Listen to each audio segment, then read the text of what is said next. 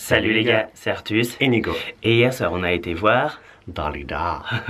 Alors déjà vous allez dire ouais c'est normal, ils sont Les gays. clichés. Bon bah il faut savoir que c'était pas vraiment notre truc. On y a vraiment été par dépit. Par dépit. C'est vraiment qu'on voulait vraiment sortir, on voulait vraiment aller au cinéma. Et il n'y avait absolument rien, rien qui nous plaisait. Parce qu'on ne regarde pas de films américains en français. On voulait voir qu'en VO et bien Le sûr on snob. va. Du coup on s'est dit bon bah Dalida. Dalida. Apparemment on n'était pas beaucoup à se le dire non plus. Non. Bah alors en fait ça n'a jamais été notre star ou quoi. Ah bon. C'est pas du tout. Enfin, on savait que c'était une icône gay, mais pas de notre génération. Non, même pas celle d'avant. Et donc le film est sur la vie de Dalida. Donc il y a son enfance, enfin un petit bout. Et après du moment où elle devient star, jusqu'à la fin de sa vie. Et on se rend compte qu'on connaissait pas du tout sa vie. Et que sa vie est la vraiment pauvre. tragique. Par contre, on connaît ses chansons en fait. Ben oui, en fait, on se rend Ouais. compte que finalement on avait beau dire on la connaît pas vraiment. En fait, on connaissait tous les titres. Ce qu'on disait toujours comme chanson, c'était parole, parole, parole. Ouais, mais bon, pas dans un bon sens, à cause de tous les sketchs qu'ils font dans les clubs. Ouais, où ils se balancent de Club l'eau, Med, tout ça. Barbara, etc. Et voilà. Bon, là, plus que ça, puis elle a même repris finalement en fait des chansons à texte. Je suis malade. Donc le parcours est quand même incroyable, une petite fille du Caire, italienne, qui finalement devient une star énorme en France et dans le un monde. peu mondiale. Le parcours est dingue. Et donc ce qui nous a presque étonné, c'était que ses premières chansons, enfin, elle a quand même un très fort accent. Oui, Et finalement, est-ce que ça pourrait encore marcher maintenant? ouais. Enfin, quoi qu'il y a. Avec Gigi. Mais bon. Puis certains textes, comme il venait d'avoir 18 ans. Ouais, C'était la première cougar, et là c'est quand même. c'est revendiqué. Oui, c'est étonnant qu'à l'époque ça soit passé si facilement. Je suis pas sûr qu'aujourd'hui ça passerait comme ça. Non. Sommes-nous devenus cons? On savait pas du tout non plus qu'elle était morte si tard, Non. qu'elle avait une Non, si sa longue carrière. était si longue, ouais, c'est incroyable. Ouais. Bon, en amour, elle a pas eu de chance. Hein, quand même. Non, putain. Tous les suicides et les morts. Ouais, enfin, entre guillemets, heureusement que c'est basé sur une histoire vraie, parce qu'à la fin, il croirait plus au final.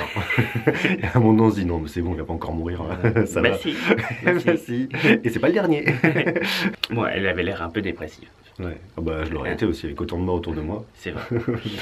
Mais ce qui me paraît bizarre à chaque fois, c'est toutes ces stars en fait, donc qui donnent de la joie, du bonheur, tout ça, puis finalement qui deviennent pas ce personnage en fait. À l'intérieur, c'est vraiment vide et triste. Et je pense que dur de gérer à ce point-là des émotions aussi fortes et incroyables quand Ouais. t'es devant un public de 8000 personnes, puis bah après tu te retrouves juste chez toi le dimanche à faire tes pâtes.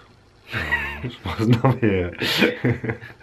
non mais c'est vrai, enfin, genre, nous le premier rendez-vous qu'on a eu avec un énorme client Undergear aux États-Unis, ça a été une sensation incroyable. Pendant longtemps on a cherché à ressentir cette émotion aussi forte. Bah elle est à la recherche clairement de l'amour. Hein. Oui, ça. Ça, elle a quand même eu une bonne collection.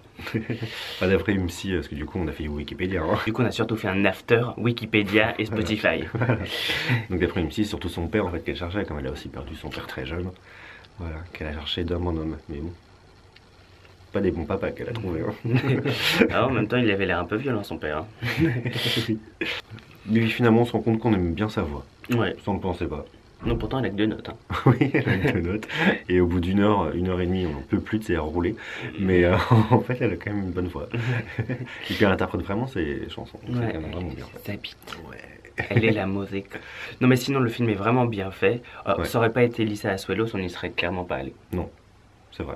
Mais le film, enfin, les images sont bien léchées. Ouais, c'est vraiment bien réalisé, c'est bien monté, donc, parce qu'il est long. Hein. Donc heureusement que c'est comme ça, parce que sinon, ce serait un peu long. Pour nous, c'était nocturne, hein, parce qu'il commençait à 10h15 le film. Alors, Mais donc c'était le film sur la première Jello. ouais. C'est vrai qu'elle était fab. Voilà, qui fait des énormes shows à l'américaine, comme on dit en français, et qui va de gars en gars. Hashtag Drake. J'avais l'impression de voir un peu Maria's World aussi. Oui, c'est vrai. C'est-à-dire qu'il y a de la diva autour aussi. Ouais. Enfin voilà, donc finalement, c'était une bonne surprise. Ouais. On y allait vraiment juste pour sortir, et en fait, on a bien aimé, et on a découvert quelqu'un qu'on ne connaissait pas assez, et Voilà. finalement, on comprend pourquoi ça a été une icône gay avant. Ben voilà, c'était notre histoire. C'était Dalida. Moi, je veux mouler sur YouTube. Je rigole, mais bon, il y a une vidéo là-dessus, je t'en en ce moment. Ah bon? Une gamine de 12 ans qui s'est pendue en live sur Live.me. Alors bon, On fera pas on ça, va peut-être quand pas cette blague.